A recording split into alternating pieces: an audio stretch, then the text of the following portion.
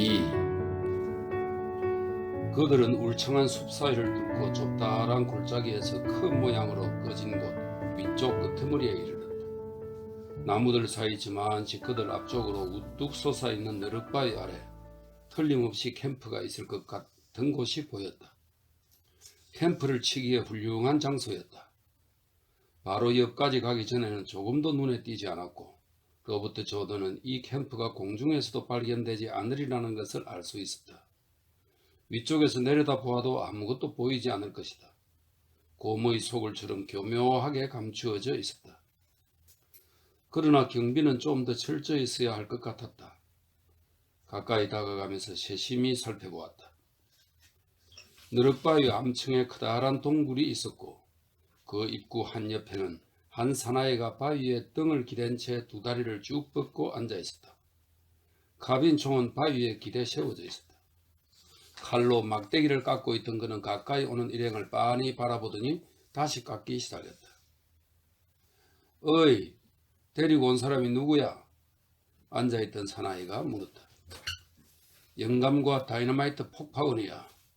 파블로가 대답하고는 동굴 입구에 짐을 내려놓았다. 안셀무도 짐을 내려놓았고 로버트 조던은 총을 벗어 바위에 기대놓았다. 그렇게 동굴 가까이에 놓지 마요. 막대기를 깎고 있던 사나이가 말했다. 두 눈이 푸르고 사람이 좋아 보이기는 하지만 게을러 빠진 거무튀튀한 집시 얼굴에 피부색은 마치 불에 거슬린 가죽 같았다. 안에서 불을 피우고 있으니까. 네가 일어나 치우지 못해? 저 나무 밑에 갖다 놔. 파블로가 명령했다. 집시는 일어서려고 하지도 않고 뭐라고 입에 담지 못할 쌍소리를 하더니 그냥 두라지. 그러다가 폭발하면 제 몸이 산산조각 나는 거지. 그래야만 온갖 병이 나을 것 같은데. 그가 귀찮다는 듯 느릿느릿 말했다. 뭘 만들고 있나? 로버트 조던이 집시 옆에 앉았다. 집시는 만들고 있던 물건을 그에게 보여주었다. 그것은 사자 모양의 덫이었는데 지금은 그 덫의 빗장을 깎는 중이었다. 아라비아 사자를 말합니다. 여우를 잡는 거요. 사냥감을 잡는 나무 토막이 달려있죠. 그놈을 맞으면 여우놈의 잔등이 부러지고 말죠. 그가 로버트 조던에게 희죽 웃어 보였다. 이렇게 말이죠. 자, 봐요. 그는 덫의 털이 튀어서 나무 토막이 떨어지는 신용을 해 보이더니 머리를 흔들고 손을 오그리고 두 팔을 벌려 잔등이 부러진 여우 흉내를 냈다. 아주 효과적이거든요. 그가 설명했다. 이 녀석은 토끼를 잡는다오. 집시라서 토끼를 잡으면 여우를 잡았다고 허풍을 떨지. 여우를 잡으면 아마 코끼리를 잡았다고 할 거예요. 안셀모가 말했다. 그럼 내가 코끼리를 잡는다면요? 집시가 이렇게 묻고는 또다시 흰 이를 드러내고 웃으며 로버트 조단에게 윙크했다. 그럼 그때 땡크를 잡았다고 떠들 테지. 안셀모가 그의 말에 대꾸했다. 난 땡크를 잡을 겁니다. 탱크를 잡을 거라고요. 그때도 영감은 내키는 대로 또 뭐라고 하겠죠? 집시들이란 말만 많지 적을 해치우는 일은 별로 없거든. 안셀모가 그에게 말했다. 집시는 로버트 조던에게 또 한 번 윙크하더니 다시 나무를 깎기 시작했다. 파블로는 벌써 굴 속 보이지 않는 곳으로 들어가고 없었다. 조던은 그가 음식을 가지러 갔기를 바랐다. 그는 집시 옆에 앉아 있었다. 오후의 햇빛이 나무가지 사이로 내려져 뻗고 있는 두 다리가 따뜻했다. 얼마 안가 동굴 속에서 기름 냄새며 마늘 냄새며 고기 튀기는 냄새 등 음식 냄새가 풍겨 나오자 그는 배가 고파 뱃속이 뒤집힐 지경이었다. 우린 탱크를 잡을 수 있지. 그렇게 어려운 일은 아니야. 그는 집시에게 말을 건넸다. 이걸로 말이오. 집시가 두 개의 배낭을 가리켰다. 맞아. 내가 가르쳐주지. 자넨 덫을 만들면 돼. 그리 힘들진 않아. 로버트 조던이 말했다. 당신하고 나하고 말이오. 물론 안 될 것도 없지. 로버트 조던이 대답했다. 여보 영감님. 집시가 안셀모에게 소리쳤다. 이 배낭 두 개를 안전한 곳으로 옮겨주실래요? 아주 중요한 물건이니까. 안셀모는 투덜거리더니 난 술을 가지러 가야겠어 하고 로버트 조던에게 말했다. 로버트 조던은 그 자리에서 일어나 동굴 입구에 두었던 배낭을 들어 나무 그루터기에 하나씩 나란히 기대어 놓았다. 속에 무엇이 들었는지 잘 알고 있기 때문에 두 짐을 가깝게 붙여 놓는 것이 싫었던 것이다. 내게도 한 장 가져다 주세요. 집시가 그에게 말했다. 포도주는 있나? 로버트 조던이 다시 집시 옆에 앉으면서 물었다. 포도주? 어디 있다 뿐인가요? 가죽 부대에 가득 차있죠. 어쨌든 적어도 반쯤은 들어있을 거요. 그럼 먹을 것은? 없는 게 없죠. 우린 장군들 못지않게 잘 먹는다고요. 집시가 대답했다. 그런데 집시들은 전쟁 중에 뭘 하지? 로버트 조던이 물었다. 여전히 집시로 지내죠. 그 참 좋은 직업이군. 최고죠. 형씨 이름은 뭐라 하오? 집시가 대꾸했다. 로베르토, 자네 이름은? 라파엘이죠. 그런데 그 탱크 얘긴 정말이요? 정말이고 말고 안 될 것도 없잖나. 그때 안셀모가 붉은 포도주가 넘칠 듯 가득 든 돌그릇과 술잔 3개를 손가락으로 손잡이를 걸쳐 잡아들고 겹쳐 잡아들고 동굴 밖으로 나왔다. 저것 봐요. 집시가 말했다. 술잔이고 뭐고 몽땅 있다니까요. 파블로가 그 뒤를 따라 나왔다. 식사도 곧 나올 거요. 담배 가진 것 있어? 그가 말했다. 로버트 조던은 배낭 있는 데로 가서 그중 하나를 열고 안주머니를 뒤져 골츠 본부에서 얻은 납작한 러시아제 담배 한 갑을 꺼냈다. 담뱃갑 가장자리를 엄지손톱으로 찢어 뚜껑을 연 뒤 파블로에게 건네자 그는 대여섯 개비를 뽑았다. 그다란 손에 담배를 든 파블로는 그중 한 개비를 집어들고 햇볕에 비추어 보았다. 입에 무는 부분이 판지로 된 길쭉하고 가느다란 꼴련이었다. 공기만 잔뜩 들어있고 담배는 조금밖에 들어있지 않군. 난 이런 담배를 잘 알지. 그 이상한 이름의 외국인이 갖고 있었거든. 그가 말했다. 카슈킨 말이군요. 로버트 조던이 이렇게 말하고 집시와 안셀모에게도 담배를 권하자 그들은 한 개비씩 집어들었다. 더 많이 집어요. 그가 말하자 그들은 또다시 한 개비씩 더 집어들었다. 그가 4개비씩 더 나눠주자 그들은 손에 담배를 든 채 고개를 2번 흔들어 고맙다고 인사했다. 담배 끝이 위아래로 끄덕끄덕 흔들리는 모양이 마치 군도를 들고 경례라도 하는 것 같았다. 그랬지. 참 이상한 이름이었어. 파블로가 말했다. 자, 포도주를 들지. 안셀무는 술그릇에서 잔으로 술을 떠 로버트 조던에게 준 뒤 자기 잔과 집시의 잔에도 떠담았다. 내 몫은 없나? 파블로가 물었다. 그들은 모두 동굴 입구 옆에 모여 앉아 있었다.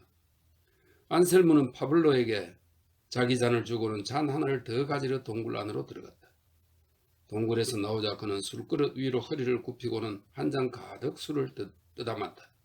그들은 일제히 술잔을 부딪혔다. 포도주는 술 부대에 넣어두었던 탓에 송진 냄새가 희미하게 나기는 했지만 혀끝에 닿는 감촉이 순하고 산뜻한 것이 맛이 참 좋았다. 로버트 조던은 술기운이 피로에 젖은 온몸을 타고 후끈하게 퍼져나가는 것을 느끼며 천천히 마셨다. 음식도 곧 나올 거요. 한데 그 이상한 이름의 외국인은 대관절 어쩌다 죽은 거요? 파블로가 말했다. 포로가 되자 자살해버렸어. 어떡하다 그렇게 됐나? 부상을 입었는데 포로가 된 게 싫었던 거죠. 좀 더 자세히 얘기해 주겠소? 나도 잘은 모릅니다. 그는 거짓말을 했다. 속속들이 자세히 알고 있었지만 이제 그 이야기를 하는 것은 재미없는 일이라고 생각했기 때문이다. 그 사람은 기차를 폭파하다가 부상을 입고 만약 도망치지 못하게 되면 자기를 총으로 쏴 죽여달라고 우리에게 부탁했어. 그 사람은 말하는 방식도 아주 유별나치. 파블로가 말했다. 그때도 역시나 몹시 신경이 날카로워져 있었군 하고 로버트 조던은 생각했다. 불쌍한 카슈킨. 그 친구는 자살에 대해 편견이 있었지. 내게 그 얘기를 하더군. 또 고문당할 것을 무척 두려워했고. 파블로가 말했다. 그런 말까지 당신에게 했어요? 로버트 조던이 그에게 물었다. 물론이죠. 그 사람은 우리 모두에게 그런 식으로 얘기했는 걸. 집시가 말참견을 했다. 자네도 기차 사건에 가담했나? 두말하면 잔소리. 우리 모두가 기차 폭파에 참여했어요. 말하는 방식이 아주 유별났지만 그래도 무척 용감한 사람이었어. 파블로가 말했다. 불쌍한 카슈킨 하고 로버트 조던은 생각했다. 이런 지방에서 그는 도움을 주었다기보다 오히려 해가 되었을지도 몰라. 그가 그토록 신경이 날카로워져 있었다는 사실을 그때 미리 알았더라면 좋았을 텐데, 그랬더라면 작전에서 그를 제외했을 텐데, 이런 임무를 완수하면서 그런 식으로 말하는 사람을 주위에 둘 수는 없어. 그런 이야기를 입에 올려서는 안 되지. 비록 그가 임무를 이미 완수했다 하더라도 그런 종류의 얘기를 하게 되면 득이 되기보다 오히려 해가 되는 법이거든. 하기야 그 친구는 좀 이상하긴 했죠. 머리가 살짝 돌지 않았나 했습니다. 로버트 조던도 맞장구를 쳤다. 하지만 기차를 폭파하는 솜씨는 아주 대단하던데요. 아주 용감하기도 하고. 집시가 말했다. 하지만 머리가 좀 돌긴 돌았어. 이런 일을 하려면 두뇌가 치밀하고 아주 냉정해야 하거든. 그런 얘기는 사람들에게 할 것이 못돼. 로버트 조던이 말했다. 그런데 당신 말이요. 만약 당신이 이번 다리 일로 부상당한다면 그냥 내버려 두기를 바라겠단 말인가? 파블로가 물었다. 이봐요. 내 얘기를 똑똑히 들어두란 말이요. 만약 내가 누구에게 부탁하고 싶은 일이 생기면 난 그때 가서 그 사람에게 부탁할 거요. 로버트 조던은 몸을 앞으로 굽혀 술을 또 한 잔 뜯어맞다. 그래요. 훌륭한 사람들이란 말하는 게 대개 이런 식이란 말이야. 집시가 맞는다는 듯 맞장구를 쳤다. 저기 나오네. 넌 벌써 식사를 했을 텐데, 파블로가 말했다. 그래도 아직 2번은 더 먹을 수 있을 것 같은데, 집시가 받아당겼다. 자, 음식을 날라오는 사람을 좀 봐요. 젊은 아가씨가 허리를 굽히고 커다란 무쇠쟁반을 들고 동굴 입구에서 나왔다. 로버트 조던은 비스듬히 옆으로 돌린 그녀의 얼굴을 바라보면서 어딘지 조금 이상한 데가 있다는 것을 알아챘다. 그녀는 생글 미소를 짓고 나서 인사했다. 올라, 동지. 로버트 조던도 살루드 하고 대답하고는 빤히 바라보는 것도 아니고 그렇다고 시선을 아주 돌려버리는 것도 아니게 하려고 조심했다. 젊은 여자는 납작한 무쇠쟁반을 그의 앞에 내려놓았는데 아름다운 그녀의 갈색 손이 그의 눈길을 끌었다. 그녀는 그를 빤히 쳐다보고는 쌩긋 웃었다. 햇빛에 탄 얼굴에 하얀 이가 드러나고 피부와 두 눈은 모두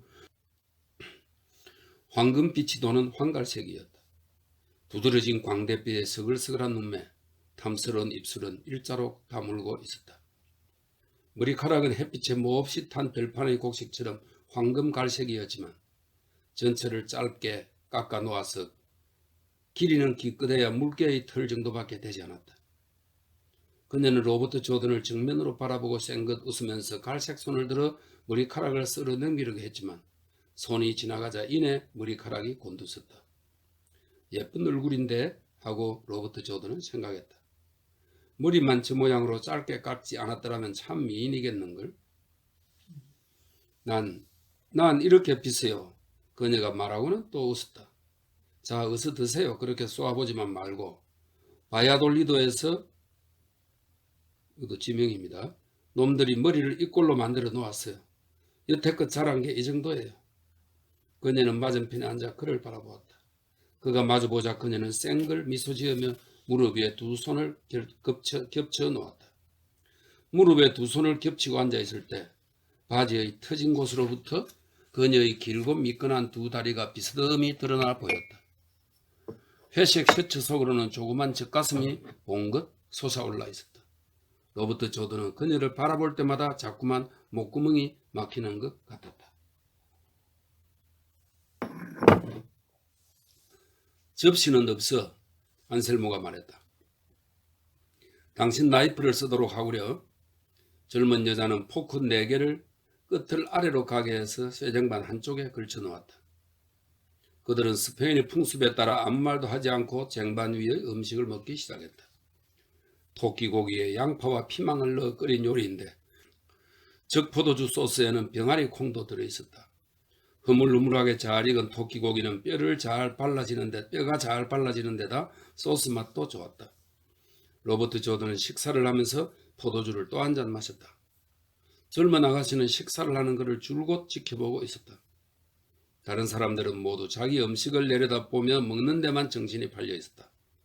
로버트 조던은 자기 앞에 있는 소스 찌꺼기를 빵조각으로 말끔히 훔치고 뼈다귀를 한쪽 구석으로 밀어놓고 뼈가 있던 곳에 남은 소스를 빵 조각으로 훔치고 또 그 빵 조각으로 포크를 깨끗이 닦아내고 나이프 맛에 닦은 다음 그 빵을 먹었다. 그러고 나서 몸을 숙여 포도주를 한 잔 가득 떠담았다. 아가씨는 여전히 그를 지켜보고 있었다. 로버트 조던은 포도주 잔을 절반쯤 비웠지만 여자에게 말을 건넬 때는 아직도 목구멍이 막히는 것만 같았다. 아가씨 이름이 뭐요? 그가 물었다. 파블로는 그의 달라진 의조를 듣더니 힐끗 그를 바라보았다. 그러고는 일어나서 저쪽으로 성큼성큼 걸어가 버렸다. 마리아, 당신 이름은요? 로베르토. 산에 들어온 지는 오래됐나? 10달 됐어요. 10달 됐다고? 그는 그녀의 머리카락을 바라보았다. 그녀가 난처하다는 듯이 머리를 쓰다듬었는데 빽빽하고 짧은 머리카락이 마치 바람에 나부끼는 언덕바지의 곡식 들판처럼 잔물결을 일으켰다. 강제로 깎였죠. 바야돌리드의 감옥에선 정기적으로 머리를 깎이거든요. 이만큼 자라는데 무려 10달이나 걸렸어요. 난 기차를 타고 있었죠. 남쪽으로 이송되는 중이었거든요. 기차가 폭파된 뒤에 포로들이 많이 붙잡혔지만 난 잡히지 않았어요. 이 사람들과 함께 이곳으로 온 거죠. 그녀가 말했다. 내가 바위 틈에 숨어있는 이 아가씨를 발견했죠. 우리가 막 떠나려는 참이었어요. 어휴, 그때 이 아가씨가 얼마나 보기 흉했는지 알아요? 데리고 오긴 했지만 내버려 두고 올 걸 그랬나 하고 몇 번이나 후회했다고요. 집시가 말했다. 그때 이 사람들과 함께 기차에 있었던 또 한 분은 어떻게 됐어요? 금발의 외국인이었는데 그분은 지금 어디 계실까요? 마리아가 물었다. 죽었어, 지난 4월에. 로버트 조던이 대답했다. 4월에요? 그 기차 사건이 일어난 것도 4월이었어요. 그렇지. 기차 폭파 사건이 있은 지 열흘 만에 죽었어. 로버트 조던이 말했다. 가엾은 분, 아주 용감했는데 그럼 당신도 그분과 같은 일을 하고 있어요? 그녀가 말했다. 그렇지. 그럼 기차 폭파도 한 적이 있어요? 있고 말고 3번쯤. 이곳에서요? 에스트레마두라 지방에서. 여기로 오기 전에 에스트레마두라에 있었거든. 우린 에스트레마두라에서 많은 일을 하고 있지. 지금도 그곳에서는 우리 동지들이 많이 활약하고 있고. 그럼 이번에 무슨 일 때문에 이 산으로 오게 됐어요? 그 금발 친구가 하던 일을 맡게 됐어. 그리고 이 지방은 내전에 참가하기 전부터 알고 있었고. 이 지방을 잘 알아요? 아니, 사실은 잘 몰라. 하지만 난 배우는 게 빠른 편이지. 좋은 지도가 있겠다. 능숙한 안내인도 있으니까. 이 영감님 말이죠. 아주 좋은 영감님이에요. 그녀가 머리를 끄덕였다. 고맙다. 안셀무가 그녀에게 말했다. 그제야 로버트 조던은 자기가 이 여자와 단둘이만 있는 것이 아니라는 사실을 문득 깨달았다. 또 이렇게까지 목소리가 달라져서야 그녀를 바라보기가 어색하지 않은가 하는 생각도 들었다. 스페인어로 말하는 사람들과 친해지는데 특별한 두 규칙이 있다. 하나는 남자들에게 담배를 권하는 것이고 다른 하나는 여자를 건드리지 않는 것이다. 그런데 그는 지금 이 두 규칙 중 두 번째 규칙을 깨뜨리고 있었다. 그는 자신이 그 규칙에 조금도 아랑곳하지 않고 있다는 사실을 불현듯 깨달았다. 신경 쓰지 않아도 될 일이 아주 많이 있는데 왜 그런 일까지 신경을 써야 한단 말인가? 당신은 참 예쁘군. 머리를 깎이기 전에 만났더라면 참 좋았을걸. 그가 마리아에게 말했다. 이제 곧 자랄걸요. 뭐 6달만 지나면 꽤 길어질 거예요. 그녀가 말했다. 우리가 기차에서 이 아가씨를 처음 데리고 왔을 때 당신이 꼭 봤어야 하는데 어찌나 보기 흉했더니 속이 다 메스꺼울 지경이었다니까요. 당신은 지금 누구 여자인 거야? 로버트 조던이 지금 이 문제에서 발을 빼려고 하면서 물었다. 파블로의 여자인가? 그녀는 그를 바라보며 깔깔 웃더니 그의 무릎을 찰싹 때렸다. 파블로 여자라고요? 파블로를 만나봤나요? 그럼 라파엘의 여자야? 라파엘도 만나봤지? 라파엘도 아니에요. 어느 누구의 여자도 아니죠. 집시가 한마디 했다. 이 아가씨는 아주 이상야릇한 여자라고요. 어느 누구의 것도 아니니까요. 하지만 요리 하나는 끝내주죠. 정말로 누구의 여자도 아니야? 로버트 조던이 그녀에게 물었다. 그럼요. 누구의 여자도 아니에요. 농담으로도 진담으로도 누구의 여자도 아니라고요. 물론 당신의 여자도 아니고요. 그래 하고 말했지만 그는 또다시 목구멍이 막혀오는 것을 느꼈다. 좋아. 난 여자하고 놀 겨를은 없으니까. 그건 사실이야. 15분도 없단 말이에요. 1시간이 4분의 1도 없단 말이죠. 집시가 놀려대며 물었다. 로버트 조던은 아무 대답도 하지 않았다. 마리아라는 젊은 아가씨를 보고 있으려니 목구멍이 자꾸만 막혀 무슨 말이 튀어나올지 자신도 모를 지경이었다. 마리아는 그를 바라보며 웃다가 갑자기 얼굴을 붉혔지만 여전히 그를 빤히 바라보고 있었다. 얼굴이 빨개지는군. 자주 얼굴을 붉히는 편인가? 로버트 조던이 그녀에게 물었다. 한 번도 그런 적 없어요. 지금도 빨개졌는데? 그럼 난 동굴 속으로 들어가 버릴 거예요. 그냥 여기 있어 말이야. 싫어요. 이젠 동굴로 들어가겠어요. 그녀는 이제 미소 짓지 않았다. 그녀는 그들이 식사를 마친 무쇠쟁반과 포크 4개를 집어들었다. 마치 망아지처럼 어색한 움직임이었지만 어린 짐승에게서 볼 수 있는 우아함을 지니고 있었다. 컵은 놓고 갈까요? 그녀가 물었다. 로버트 조던은 여전히 그녀를 바라보고 있었고 그녀는 또다시 얼굴을 붉혔다. 날 그렇게 만들지 마요. 난 그러고 싶지 않아요. 그녀가 말했다. 두고 가. 집시가 그녀에게 말했다. 그리고는 자 여기요 하며 돌그릇에 잔을 넣어 술을 가득 떠담더니 로버트 조던에게 내밀었다. 조던은 그녀가 무거운 무쇠장반을 들고 머리를 숙이고 동굴 속으로 들어가는 모습을 지켜보았다. 고맙네. 로버트 조던이 말했다. 여자가 사라지자 그의 목소리는 본래대로 돌아왔다. 이게 마지막 잔이야. 이만하면 마실 만큼 마셨으니까. 그릇의 것은 몽땅 치우죠. 가죽 부대는 아직도 반도 넘게 남아있으니까 우리가 말에 싣고 온 거예요. 접시가 말했다. 그게 파블로가 한 마지막 습격이었어. 그 뒤로는 통 아무 일도 하지 않고 있지. 안셀모가 말했다. 당신들은 지금 모두 몇 명이나 돼요? 로버트 조던이 물었다. 남자 7에 여자가 2. 둘이라니요? 파블로의 무헤르, 뭐는 마누라입니다. 파블로의 무헤르가 있으니까. 그럼 지금 그 아가씨는요? 이 동굴에서 살고 있지. 그 아가씨는 그저 요리나 조금 할 뿐이야. 요리를 잘한다고 했던 것은 기분 좋으라고 한 소리고 대개는 그저 파블로의 마누라를 돕는 정도지. 파블로의 마누라는 여자는 도대체 어떤 여자예요? 좀 사나운 데가 있는 여자죠. 아주 야만적인 데가 있는 여자라고요. 집시는 희죽 웃었다. 파블로가 추남이라는 생각이 들거든 그의 마누라를 한번 봐요. 하지만 용감한 여자죠. 용감한 것으로 말하자면 아마 파블로보다 100배는 더 용감할 거요. 하지만 어딘지 야만적인 데가 있어. 파블로도 처음엔 참 용감했어. 또 얼마나 착실했다고 안셀모가 말했다. 콜레라보다 사람을 더 많이 죽였죠. 집시가 맞장구 쳤다. 내전이 시작되던 무렵에는 파블로가 장티푸스보다 더 많이 사람을 죽였어요. 하지만 놈은 오래전부터 아주 기가 죽고 말았어. 아주 무기력해. 죽는 걸 무척 두려워하고 있거든. 안셀모가 말했다. 처음에 사람을 너무 많이 죽여서 그렇게 된 거겠죠. 집시가 제법 철학자답게 한마디 했다. 파블로는 선페스트보다 더 많이 사람을 죽였으니까요. 그것도 그거지만 부자가 된 탓도 있어. 안셀모가 응수했다. 게다가 술을 너무 많이 마시거든. 이제 놈은 마타도로 데 토로스 투사라네. 투사처럼 은퇴하고 싶어해. 아주 투사답게 말이지. 하지만 놈은 은퇴할 수 없을걸. 그가 전선 저쪽으로 가기만 해봐요. 놈들은 당장에 그의 말을 빼앗고 군대에 쳐놓고 말걸요. 하기야 나 같은 놈도 군대에 들어가고 싶진 않으니까. 집시가 말했다. 그건 다른 집시들도 마찬가지야. 안셀모가 받아넘겼다. 그럴 수밖에요. 도대체 어떤 놈이 군대에 들어가고 싶어 하겠어요. 집시도 지지 않았다. 군대에 가려고 혁명을 일으킨 건가요? 기꺼이 싸울 생각은 있어도 군대에 들어가고 싶은 마음은 주어도 없죠. 다른 사람들은 어디 있나? 로버트 조던이 물었다.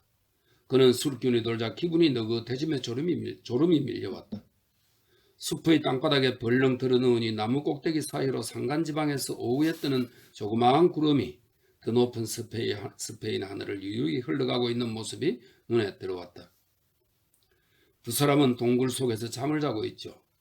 다른 두 사람은 우리가 총을 놔둔 곳 위쪽에서 망을 보고 있고, 그리고 한 놈은 아래쪽에서 보초를 쓰고 있죠. 모르긴 몰라도 모두 졸고 있을 테지만, 집시가 대답했다. 로버트 조던이 한쪽으로 돌아놓으며 물었다. 그건 무슨 총인데? 아주 별난 이름이던데요. 지금은 이름이 기억 안 나요. 좌우간 기관총이죠. 집시가 말했다. 자동 소총인가 보다 하고 로버트 조던은 생각했다. 무게는 얼마나 되나? 그가 물었다. 혼자서도 들고 다닐 수 있지만 꽤 무거워요. 접게식 다리가 3개 달려있죠. 우린 그놈을 요즘 마지막 멋진 습격에서 빼앗아 봤거든요. 술을 빼앗아온 습격보다 먼저 한 습격이었죠. 탄환은 얼마나 갖고 있나? 무진장 있죠. 지독하게 무거운 상자에 가득 들어있으니까요. 집시가 대답했다. 500발쯤 되는 모양이군 하고 로버트 조던은 생각했다. 탄환은 탄창에서 나오든가 아니면 탄띠에서 나오든가 총 위에 붙어있는 둥근 쇠깡통에서 나오던데요.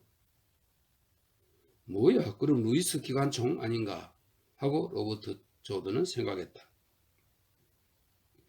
루이스 기관총은 당시 그 연합군이 사용한 기관총이랍니다. 영감님은 기관총에 대해서 좀 아시나요? 그가 이번에는 노인에게 물었다. 아무것도 몰라. 안셀모가 대답했다. 그럼 자넨?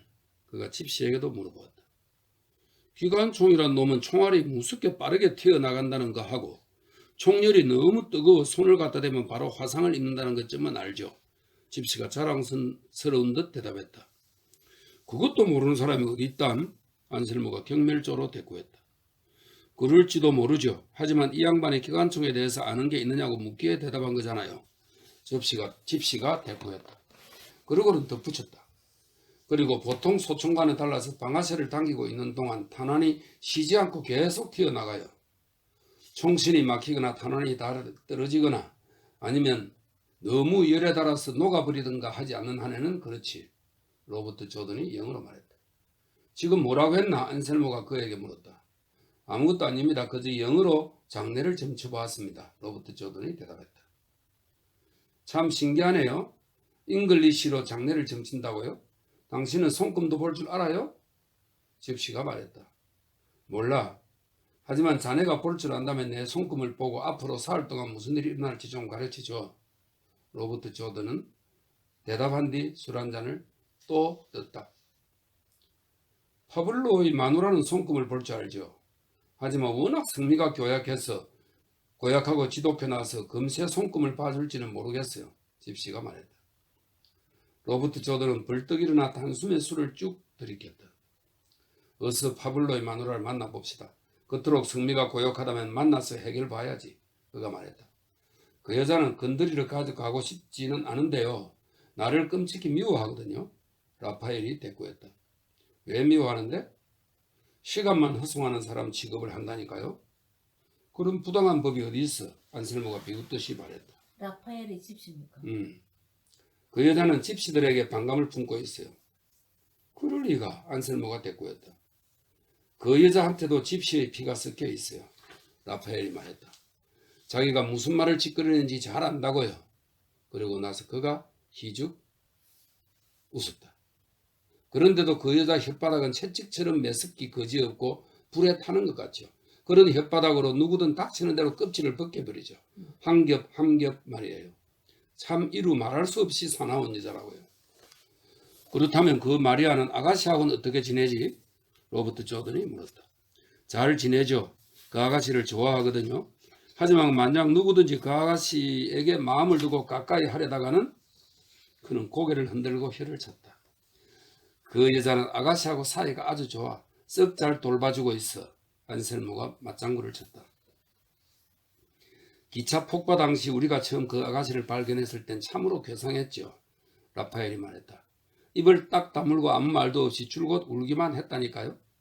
글쎄 누가 어쩌다 건드리기라도 하면 사시나무처럼 벌벌 떨기만 했지 뭐예요. 요새 와도 좀 나아진 거죠. 꼴이 요즘은 훨씬 나아진 편이거든요. 오늘은 제법 명랑하던데요. 조금 전만 해도 당신하고 얘기를 다 하고 제법 기분이 풀린 모양이에요. 우린 기차를 폭파한 뒤 그 아가씨를 그냥 내버려두고 올 뻔했죠. 눈물만 줄줄 짜는 데다 못생기고 쓸모없이 보이는 여자 하나 때문에 우물쭈물 시간을 지체할 수가 없었으니까요.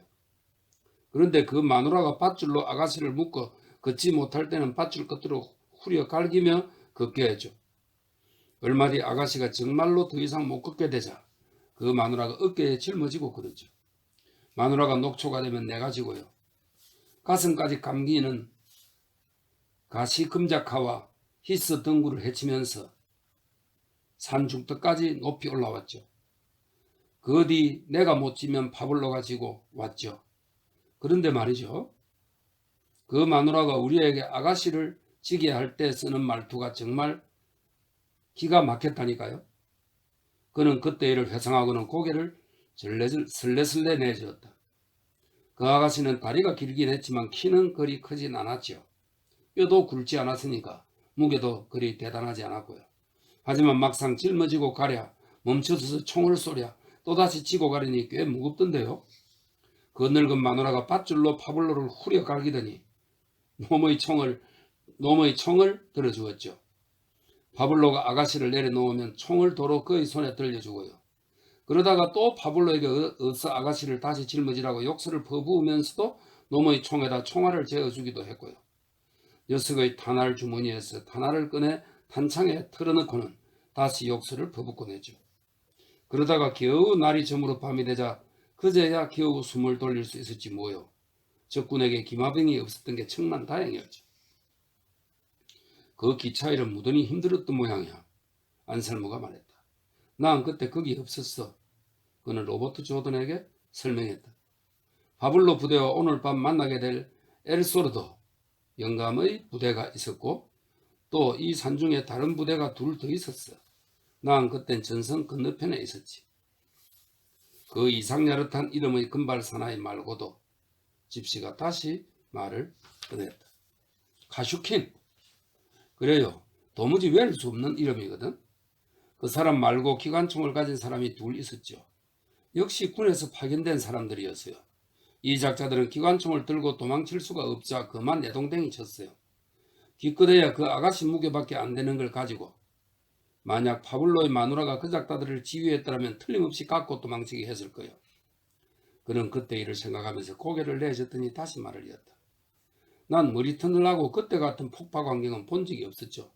기차가 차츰차츰 다가왔어요. 우리 멀리 떨어진 곳에서 지켜보고 있었고 차마 입을 뗄 수 없을 만큼 난 몹시 흥분하고 있었어요. 기차가 수증기를 내뿜더니 그 다음에는 기적이 울리더라고요. 그러고 나서 칙칙폭폭 하는 소리가 점점 똑똑히 크게 들려왔죠. 그때 폭발이 일어났는데 그 순간 기관차의 앞바퀴가 하늘로 번쩍 올라가고 땅 전체가 시커먼 연기와 폭음 속으로 치솟는 듯 했고 기관차가 마치 꿈이라도 꾸고 있는 듯 흙과 침묵의 구름이 공중으로 솟아올랐죠. 그러더니 기차가 큰 부상을 입은 짐승처럼 쿵 하고 옆으로 곤두박이지 않겠어요? 하얀 수증기가 쾅 하고 폭발하자마자 온갖 파편이 우리 머리 위로 비처럼 떨어지기 시작했고 곧이어 기관총 소리가 타타타타 하고 나기 시작했죠. 집시는 마치 눈앞에 기관총이 있기라도 한 듯 두 주먹을 내밀어 엄지손가락을 세우고는 아래 위로 내둘러대며 계속했다. 타타타타타타 하고 그는 신바람이 나서 큰 소리로 외쳤다. 그런 광경을 본 건 머리털나고 처음이었어. 군인들이 기차에서 튀어나오지 않나? 기관총이 놈들을 향해 불을 토하지 않나? 사람들이 부득부득 마구 쓰러지지 않나? 바로 그때였죠. 내가 흥분한 나머지 그만 기관총에 손을 대어보고 총열이 타버릴 만큼 뜨겁다는 걸 아는 게 말이야. 그 순간 파블로의 마누라가 냅다 내 따위를 후려갈기면서 이 바보놈아 어서 쏘지 못해? 쏘지 않으면 니놈 대가리를 걷어차 깨뜨려버리고 말 테다 라고 고래고래 소리 지르는 게 아니었겠어요? 그래서 난 또 사격을 시작했지만 총을 꼭 잡고 있는 것도 무척 힘이 들었죠. 적병들은 계속해서 저쪽 언덕 위로 뛰어 올라가고 있고 얼마 뒤에 무슨 노획물이라도 없나 하고 기차 있는 데까지 가봤더니 장교놈 하나가 근총을 들이대고는 몇 놈의 병사를 우리 쪽으로 강제로 돌려 세우려고 야단을 하는 게 아니겠어요? 장교놈은 계속 근총을 휘두르며 쫄병들에게 고함을 버럭버럭 지르고 있었어요. 우리 모두가 그놈을 죽으라고 쐈지만 어디 그게 맞아줘야지. 그러자 쫄병 몇 놈이 포복 자세로 사기게 오더군요. 장교놈은 그놈들 뒤에서 권총을 들고 왔다 갔다 하고, 그런데 우리가 쏘는 탄환이 어디 맞아줘야지 기차의 위치 때문에 맞힐 수가 없었어요. 장교놈이 엎드려 있는 졸병을 두 놈이나 권총으로 쏴도 놈들은 꿈쩍도 안 합디다. 장교놈이 줄곧 쫄병들에게 욕설을 퍼부으니까 그제야 겨우 쫄병들이 일어서서 한꺼번에 두서너 명씩 짝을 지어 우리하고 기차인들을 향해 달려오더군요. 그러다 다시 엎드려 총을 쏩디다. 그래서 그쯤하고 우리는 그곳을 떠났는데 그때도 우리 머리 위로 기관총이 여전히 콩 뽑듯 불을 퍼부었댔죠. 바로 그때 내가 아가씨를 발견했어요. 그녀가 기차에서 바위 있는 대로 달려간 곳에요. 그 뒤론 아가씨도 우리와 같이 뛰었죠. 밤늦게까지 놈들은 우리를 뒤쫓아 다녔어요. 그 참 힘께나 들었겠는데 가슴이 조마조마했겠군. 안셀모가 말했다. 우리가 한 일 가운데서 멋들어지게 해치운 건 그 일뿐이었지. 누군가 굵직하고 나지막한 목소리로 말했다. 네 녀석은 지금 뭘 하고 있는 거야? 이 게을러 빠진 술주정뱅이에 입에 담지도 못할 만큼 엄탕한 집시 후레 자식아. 도대체 뭘 하고 있는 거야?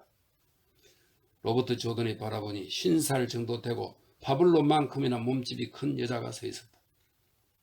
몸통이 거의 키만한 그녀는 농부들이 입는 검은색 스커트에 블라우스를 입고 굵은 무통 다리에는 두꺼운 털양말과 로프로 바닥을 댄 검은색 신발을 신고 있었다. 얼굴은 화강암 기념비의 모델처럼 갈색을 띠고 있었다.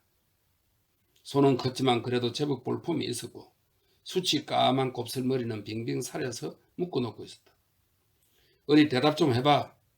다른 사람들은 아랑곳하지 않고 그녀가 집시에게 말을 건넸다. 이 동지들에게 이 얘기를 해주던 참이에요. 이분은 폭파 임무를 띠고 온 사람이고요. 그런 것도 모를 줄 알아. 냉큼 가서 꼭대기에서 망보고 있는 안드레스와 교대해. 파블로의 마누라가 소리쳤다. 가요, 이제 간다고요. 집시가 말하고 로버트 조던 쪽으로 고개를 돌리며 덧붙였다. 식사 때 또 만나요. 농담이라도 그건 안 돼. 내 계산으로 니놈은 오늘 3번이나 밥을 먹었어. 어서 가서 안드레스나 보내. 여자가 쏘아붙였다. 안녕하시오. 그녀는 로버트 조던에게 인사하고 손을 내밀며 미소 지었다. 안녕하시오. 공화국은 잘 돼갑니까? 네, 잘 돼갑니다.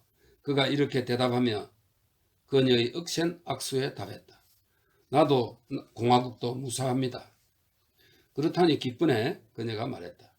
그러고는 그의 얼굴을 빤히 들여다보며 웃었고 그는 그녀의 눈이 아름다운 회색빛을 띠고 있는 걸 봤다. 또 다른 기차를 해치우기 위해 우리를 찾아왔나? 아닙니다. 로버트 조던은 즉각적으로 그녀를 믿고는 이렇게 대답했다. 이번엔 다리입니다. 다리는 아무것도 아니지. 다리 같은 건 아무것도 아니거든. 이번엔 우리한테 말들이 있는데 기차 일은 또 언제 하나? 그건 나중에 할 겁니다. 이 다리는 아주 중요합니다. 그 아가씨가 그러는데 기차 폭파 때 우리와 같이 일한 당신의 동지는 죽었다지? 네, 그렇습니다. 참 가엾기도 하지. 그런 엄청난 폭파는 난생 처음이었는데 재주 있는 사람이었어. 나를 무척 기쁘게 해주었어. 지금 또 기차 작전을 할 수는 없을까? 지금 이 상준에는 사람들도 많아. 너무 많을 지경이지. 먹을 것을 얻는 것도 이제 힘들어졌어. 이 산에서 나가버리면 차라리 좋겠어. 이제 말도 있고 하니까. 우리는 이 다리를 먼저 해치워야 합니다. 어디 있는 다리? 가까운 데 있습니다. 그럼 잘 됐군. 이 근처에 있는 다리는 죄다 폭파해버리고 이곳을 빠져나가지. 난 이제 이곳이 그만 진절머리가 나서 터무니없이 사람들만 많이 모여들고 이래서 어디 좋은 수가 생길 리 있겠어? 이곳은 이제 구역질이 날 정도로 침체됐어. 파블로의 마누라가 말했다. 그녀는 나무 사이로 파블로의 모습을 보았다. 술주정뱅이, 저 비열한 술주정뱅이. 그리고 나서 그녀는 또다시 쾌활한 얼굴로 로버트 조던 쪽으로 돌아섰다. 술을 아예 부대째로 숲속에 들고 가서 혼자 처마시고 있다오. 줄곧 술타령이지. 이런 생활이 그를 망쳐놓았지 뭐야. 젊은 양반, 당신이 이곳에 와서 푹 반갑소. 그녀가 말하고 그의 등을 찰싹 때렸다. 오, 당신은 보기보다 몸집이 좋구먼. 그러고는 그의 어깨를 손으로 흩으며 내려와 플란넬 스츠 밑의 근육을 만져보았다. 훌륭해. 당신이 이곳에 와서 참 기뻐. 나 역시 그렇습니다. 이제 곧 우린 서로를 이해하게 될 거요. 자, 한잔하지. 그녀가 말했다. 우린 벌써 꽤 마셨습니다. 아주머니도 하시겠습니까? 로버트 조던이 물었다. 저녁 식사 때나 마시지. 술을 마시면 가슴이 쓰려서. 그녀가 대답했다. 그러고 나서 그녀는 또다시 파블로를 바라보았다. 술주정뱅이! 그녀가 큰 소리로 외쳤다. 그러고는 로버트 조던 쪽을 보며 고개를 설레설레 흔들더니 말을 이었다. 예전에는 참 좋은 사내였어. 하지만 이젠 끝장이 났어. 한데 한 가지 명심해서 들어두어야 할 게 있어. 그 아가씨에게는 아주 잘해주고 돌봐줘야 해. 말이요. 그 아이는 지금껏 고생만 해왔으니까 알겠어? 알겠습니다. 한데 왜 그런 말을 하는 겁니까? 그 애가 당신을 만나고 동굴로 돌아와서 어땠는지 봤거든. 동굴에서 나가기 전에도 당신을 빤히 내다보고 있었어. 아까 그 아가씨하고 농담을 좀 했어요. 그 아이는 상태가 아주 좋지 않았어. 하지만 이제 몸도 좋아지고 했으니까 이곳에서 빠져나가야만 해. 파블로의 마누라가 말했다. 그럼요. 안셀모와 함께라면 능히 전선을 뚫고 나갈 수 있을 겁니다. 이번 일만 끝나면 당신과 안셀모 영감 둘이서 그 아이를 데리고 갈 수도 있겠어. 로버트 조던은 목구멍이 뜨끔하고 아프면서 목소리가 막히는 것을 느끼며 대답했다. 그럴 수도 있겠죠. 파블로의 마누라는 그를 빤히 바라보고 고개를 끄덕이더니 아, 그래. 자네들이나 모두 그 모양인가? 하고 말했다. 난 아무 말도 하지 않았습니다. 아주머니도 아시겠지만 그 아가씨는 참 미인이더군요. 천만에 지금은 예쁘지 않아. 하지만 지금부터 예뻐지기 시작할 거란 말이지? 파블로의 마누라가 대꾸했다. 자네들이란 참 우리 여자들이 남자들을 낳는다는 게 수치스러워. 농담이 아니라 진심으로 하는 말이야. 정말이지 공화정부에는 그런 아이들을 돌봐줄 집이 없는 거요? 있죠. 좋은 곳이 많고 말고요. 발렌시아 근처 해안에도 있고 다른 곳에도 있죠.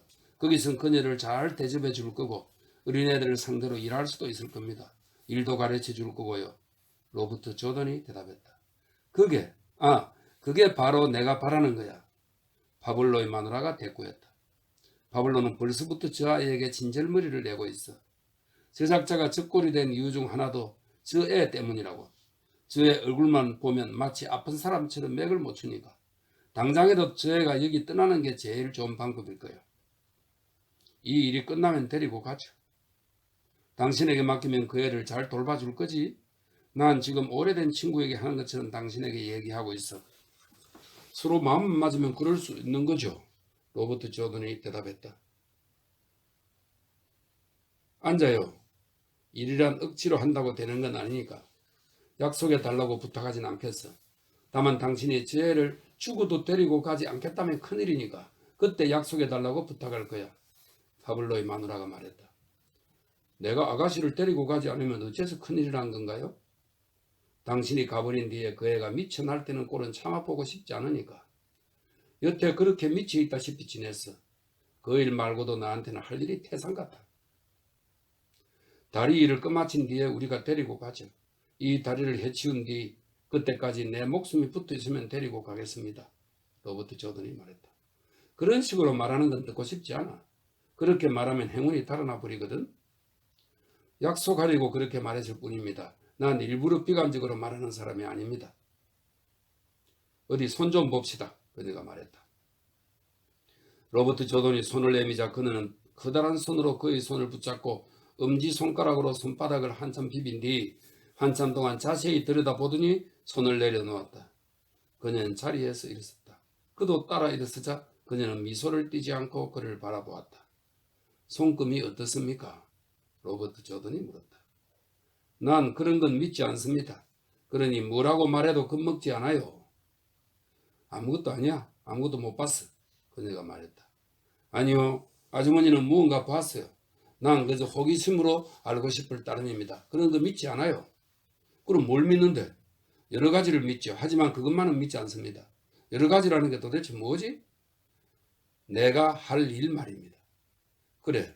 난 지금 그걸 봤어. 그 밖에 또 뭘 봤는지 말해 주십시오. 그 밖엔 본 거 없어. 그녀가 불쾌한 목소리로 말했다. 다리 일은 퍽 어렵다고 했던가? 아니요, 퍽 중요하다고 했죠. 하지만 역시 힘든 일이겠지? 그렇죠. 이제부터 아래로 내려가서 다리를 보고 오려고 합니다. 그곳에는 몇 사람이나 있습니까? 쓸만한 녀석은 5. 집시놈은 마음씨는 착하지만 아무짝에도 쓸모없어. 심성은 착해. 바블로는 이제 영 믿을 수가 없고. 엘소르도 영감한테는 쓸만한 사람이 몇 명이나 있죠? 모르긴 몰라도 아마 8점 될걸? 오늘 밤 만나게 될 거요. 이리로 오기로 되어 있으니까. 아주 도움이 되는 분이지. 그 영감한테도 다이너마이트가 좀 있어. 그리 많지는 않지만 그분하고 얘기해봐. 이쪽으로 오라고 사람을 보냈습니까? 내일 밤 오지. 우린 이웃이니까. 또한 동지이기도 하고 친구이기도 한 그런 사이야. 사람이 어떻습니까? 좋은 사람이지. 게다가 실제로도 퍽 도움이 되는 사람이고 기차 폭파 땐 대단히 활약을 했어. 그 밖에 다른 부대는요? 미리 모두에게 지시만 해두면 꽤 쓸만한 소총 50정은 모을 수 있을 거요. 얼마나 쓸만합니까? 위급한 경우에 그런 대로 쓸만한 정도. 소총 하나에 탄약은 몇 발씩이나 갖고 있습니까? 20발쯤 될까? 물론 녀석들이 이 작전에 얼마나 갖고 오느냐에 달렸지만 게다가 이번 일에 모두 가담하겠다고 해야 그렇지만 당신 이걸 잘 알아둬요. 이번 다리 작전엔 돈도 안 나오고 노약품도 없을 뿐만 아니라 당신이 조심스럽게 말하는 것으로 봐선 퍽 위험한 일이 분명한 데다 이를 해치운 뒤엔 지낼 곳을 다른 곳으로 옮겨야만 할 게 아니겠어? 그러니 이번 일엔 반대할 사람이 많을 거요. 분명히 그렇겠죠. 그러니까 부질없는 말은 입 밖에 내지 않는 게 좋아. 동감입니다. 그럼 당신이 다리를 살핀 뒤 오늘 밤 엘스로도 영감하고 의논해보지. 지금 안셀모 영감을 데리고 아래쪽에 다녀오겠습니다. 그럼 저 영감을 깨워요. 카빈총은 필요 없나? 그녀가 말했다. 고맙습니다. 가져가는 건 좋지만 쓰지는 않을 겁니다. 살피러 가는 거지 소란을 일으키러 가는 건 아니니까요. 여러 가지 일러줘서 고맙습니다. 무엇보다도 난 아주머니의 말투가 마음에 듭니다. 그가 그녀에게 말했다. 난 뭐든지 솔직하게 탁 터놓고 얘기하는 편이지. 그럼 내 손금이 어떤지 말해주세요. 아니 아무것도 본 게 없어. 그녀가 말하고는 고개를 설레설레 흔들었다. 자 어서 가서 다리나 보고 와요. 당신 물건을 내가 잘 간수하고 해둘 테니 무엇라도 덮어서 아무도 손대지 못하게 해주십시오. 동굴 속보다는 저기가 더 나을 것 같습니다. 덮어두고 아무도 손대지 못하게 하리다. 어서 가서 다리나 보고 와요. 파블로의 마누라가 말했다. 안셀모 영감님, 로버트 조던이 팔베개를 하고 잠들어 있는 노인의 어깨에 손을 얹으며 불렀다. 노인이 얼굴을 쳐들고 말했다. 그러지 물론이고 말고 자 가세.